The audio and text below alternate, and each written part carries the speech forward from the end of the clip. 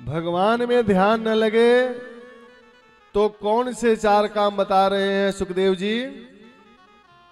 जितासनो जित श्वासः जित संगः जितेन्द्रियः अस्थूले भगवते रूपे मनः संधार्ये धिया।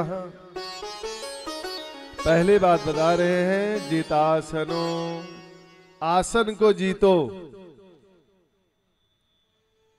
आसन जीतने का मतलब क्या है? आप अपने बैठने का एक अभ्यास बनाओ। आदमी टेढ़ा मेढ़ा बैठता है तो शरीर भी जल्दी टेढ़ी मेढ़ी हो जाती है। सीधा बैठने का अभ्यास बनाओ। रीढ़ की हड्डी बिल्कुल सीधी होनी चाहिए।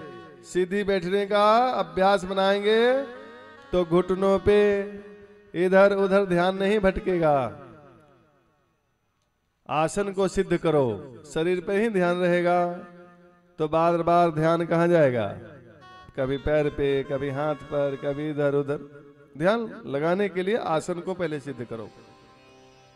दूसरी बात बता रहे जित श्वास, ये प्राणायाम का तरीका है। पूरक, रेचक, कुंभक और पूरक, 3 प्रक्रिया होती है सांस पर नियंत्रण करने की। ये आप कहीं नेट पे भी देख सकते हैं, मिल जाएगा विस्तार से। दूसरी बात बता रहे हैं जित संगः, तीसरी बात है जित संगः, संग को जीतो। संग क्या है? एक होता है साथ और एक होता है संग। साथ और संग में अंतर है। संग का मतलब होता है कि मन से मन मिलना। जैसे एक घर के अंदर 10 व्यक्ति रहते हैं एक छत के नीचे, लेकिन आप घर में जाओ और बोलो कि भैया तुम अपने छोटे भाई को बुला दो, तो बड़ा भाई बोलता है छोटे भाई से तो हमारी बात ही नहीं होती। अच्छा कोई बात नहीं, तो अपने फलाने को बुला दो, नहीं उनसे भी बहुत दिन हो गया, हमारी बात नहीं होती। एक घर के 10 आदमी हैं, एक छत के नीचे रहते हैं, लेकिन पता चला कि एक दूसरे से उसमें भी कई लोग बात नहीं करते हैं। तो रहते तो साथ साथ हैं लेकिन संग नहीं रहते। तन से तो एक साथ रहते हैं और मन से अलग हैं। हाँ, मन से अलग हैं। तो भगवान मन की दूरी नहीं देख सकते, तन की दूरी से कोई बात नहीं है। भगवान तन की निकटता नहीं देखते, भगवान मन की निकटता देखते हैं।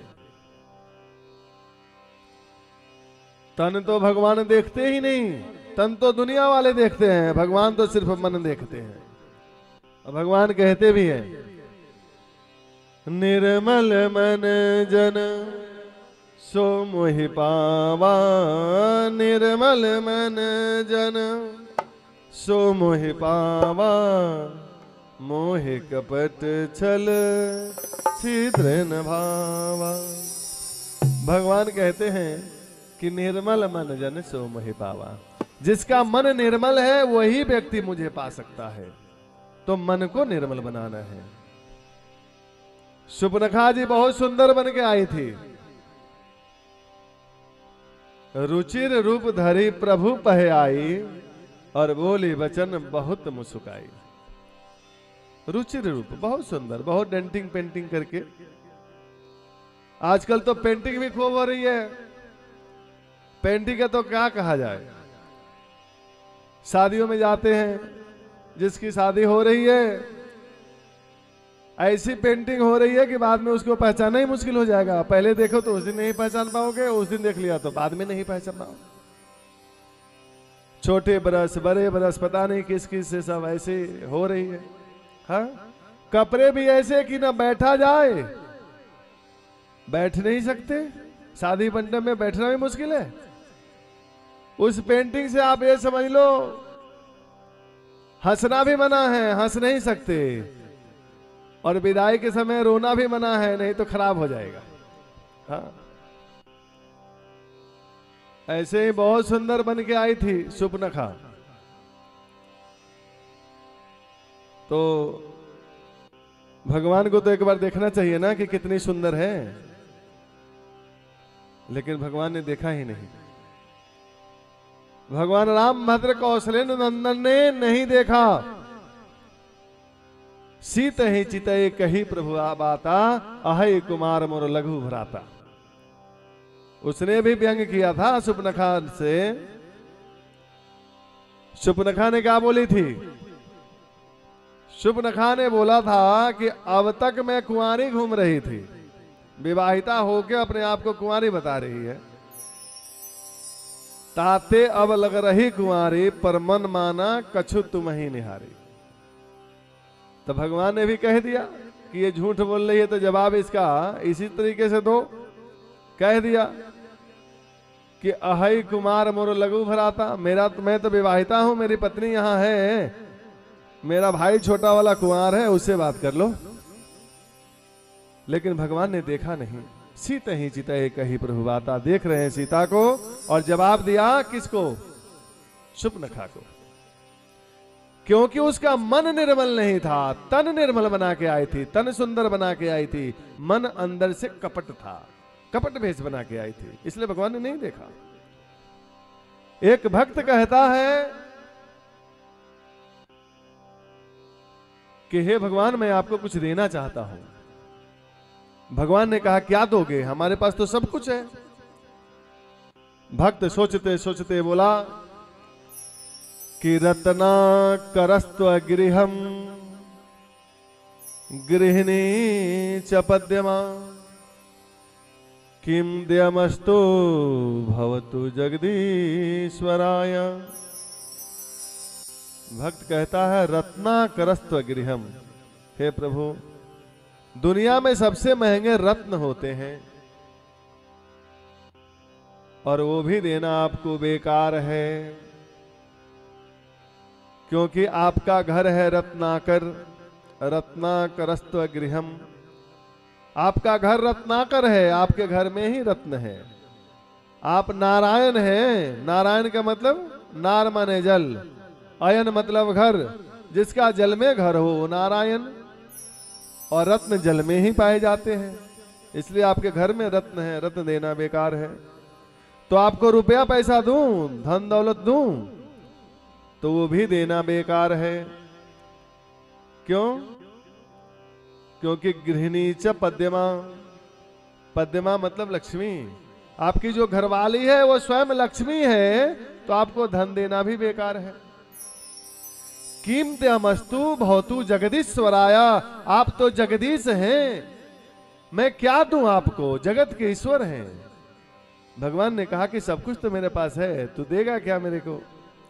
भक्त सोचते सोचते बोला प्रभु आपके पास एक चीज नहीं है।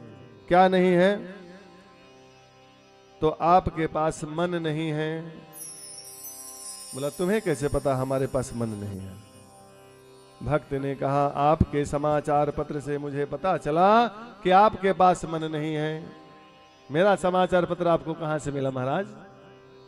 भक्त कह रहा है कि जब आप अपनी पत्नी सीता का पता लगाने के लिए हनुमान जी को भेज रहे थे, तो आपने हनुमान जी से कहा था कि देखो हनुमान, अगर हमारी सीता तुम्हें मिले तो उससे ये बात कह देना मेरा कि हे सीते, मेरा और तुम्हारा जो तात्विक प्रेम है ये सिर्फ मेरा मन जानता है, और विडंबना तो देखो कि ये मन सदा तुम्हारे पास रहता है। तत्व प्रेम कर्म मारु तोरा, जानत प्रिया एक मन मोरा। असो मन सदा रहत तो ही पाई, जान प्रीत रस इतने हुमाई। तत्व प्रेम कर मम अरु तोरा, हमारा और तुम्हारा जो तात्विक प्रेम है, जानत प्रिया एक मन मोरा, सिर्फ मेरा मन जानता है, लेकिन विडंबना तो देखो, सो मन सदा रहत तो ही पाई। हे सीता, मन भी तुम्हारे पास रहता है। तो प्रभु आप स्वयं कह रहे हैं कि आपका मन आपकी प्रियाजू के पास रहती है, तो आप तो बिना मन के हो गए ना। इसलिए मेरा मन ले लो, बहुत परेशान करता है। आपका काम चल जाएगा और मेरा काम बन जाएगा। तो भगवान को देना है तो निर्मल मन देना, साफ सुथरा मन देना। भगवान को ये कपट वाला भगवान कहते हैं, मोह कपट छल छिद्र न भावा। मन का मैल क्या है? कपट है, छल है, यही तो मन का मैल है। कपट वाली मन भगवान को नहीं चाहिए, छल वाली मन नहीं। भगवान के पास जैसे हो वैसे जाओ, कोई बनावटी भेष नहीं, कोई बनावटी रूप नहीं, जैसे हो वैसे जाओ। भगवान को सब पसंद है। विभीषण जी पहली बार आए, विभीषण जी पहली बार आए मिलने के लिए राम जी से। कैसे आया? जैसे थे आए।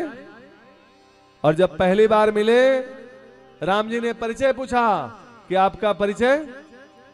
कोई किसी से परिचय पूछे तो कैसा परिचय देते हैं? अच्छा वाला। आपके घर में कोई बढ़िया व्यक्ति है तो उसका नाम लेकर के आप परिचय देंगे, मैं फलाने का घर का हूं। अगर घर में कोई खतरनाक व्यक्ति हुआ होगा तो कोई परिचय देगा? नहीं देगा। फिर गांव का परिचय देगा, मैं फलाने के गांव का हूं, कोई बढ़िया वाला परिचय देगा। लेकिन विभीषण जी ने क्या परिचय दिया राम जी से? नाथ दशानन कर में भ्राता, निश्चर वंश जन्म सुरत्राता। हे नाथ, मैं दशानन का भाई हूं और निश्चर वंश जन्म सुरत्राता। मेरा जो जन्म हुआ है निशाचर वंश में हुआ है।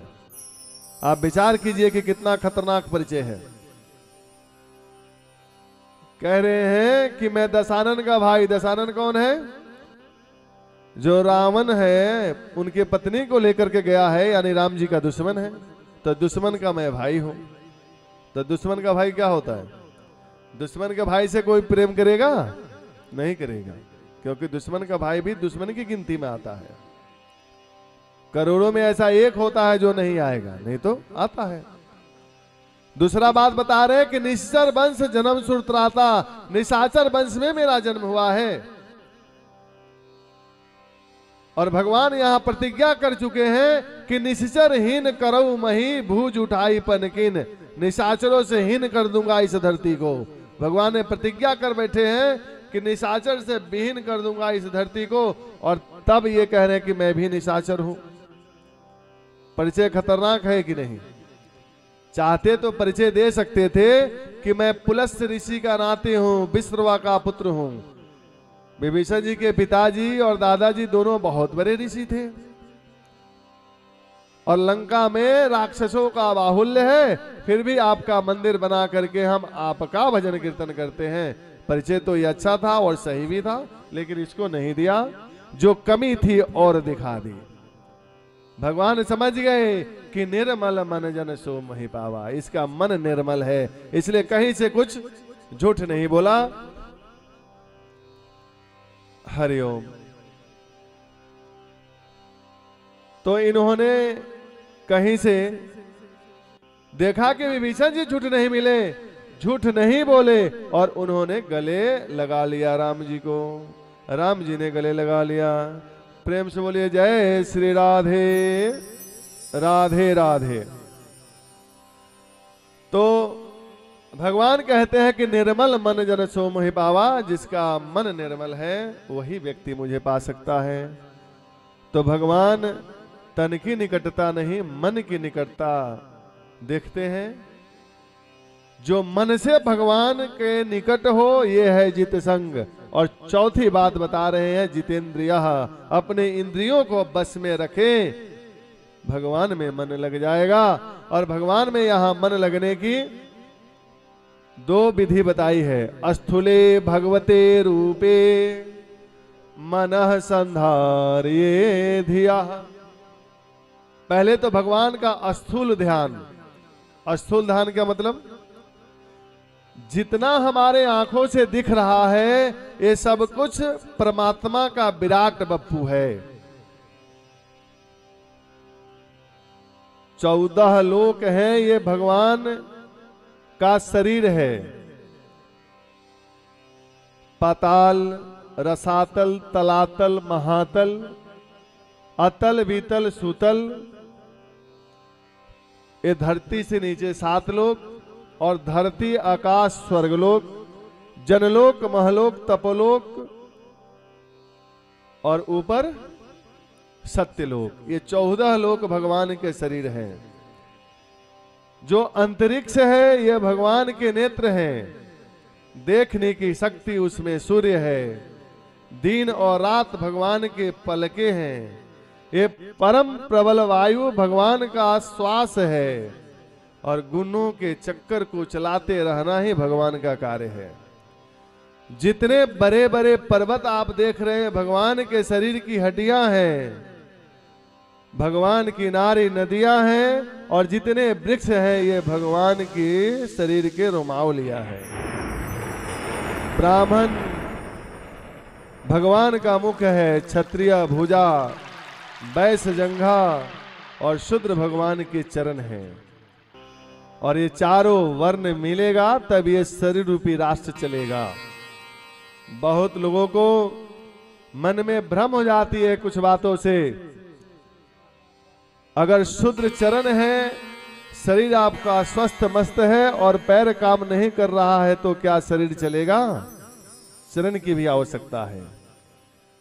शरीर के ऊपर एक मक्खी बैठ जाती है, तुरंत हाथ उसकी रक्षा करता है। शरीर की हाथ की आवश्यकता है। शरीर के प्रत्येक अंग की आवश्यकता है और ये चारों भगवान के अंग से चारों वर्ण निकला है। ये चारों वर्ण मिलके जब कार्य करेंगे तब ये शरीर रूपी राष्ट्र चलेगा और हमारा ये भी राष्ट्र चलेगा। लड़ाई तो घर घर में होती है, भाई भाई में लड़ाई नहीं होती क्या? तो क्या भाई को छोड़ देते हैं? जहां लड़ने की बात आएगी लड़ाई सब में होती है, होती रहेगी। लेकिन जब सनातन धर्म पे कोई बात आए तो चारों वर्णों को एकजुट होकर के लड़ना चाहिए। तो भगवान के विराट रूप का पहले आप ध्यान करो। ध्यान 2 प्रकार का बताया ना सुखदेव जी ने। पहले भगवान के विराट रूप का ध्यान करो, उसके बाद में मनः संधारी धिया, मन के अंदर ही ईश्वर है उनका ध्यान करो। इसको बोलते हैं सूक्ष्म ध्यान। 2 प्रकार का ध्यान बताया था, अस्थूले भगवते रूपे मनः संधार्ये धिया।